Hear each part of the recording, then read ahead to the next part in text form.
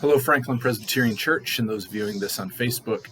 This is the Minister's Minute for July 14, 2021. Been thinking a lot about what it means when people say the word Christians.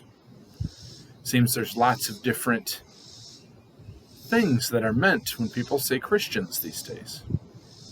Sometimes that means just what we think it means, followers of Jesus. Other times, people think that means folks who are going to yell at them and tell them they're wrong, or tell them that they're going to hell or something like that.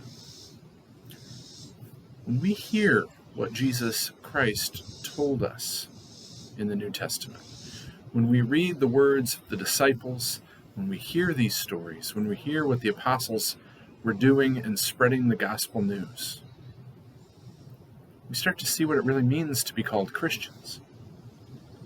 It is to follow Jesus and do the things that he taught us to do. It wasn't to yell and scream at one another or to tell each other how bad we are. It is to celebrate and say, this is the good news. Jesus has forgiven us of our sins. Let us live in beloved community. Let us bring God's kingdom right here on earth. A couple of verses I wanted to share from Acts 11 as we close. Then Barnabas went to Tarsus to look for Saul, and when he had found him, he brought him to Antioch.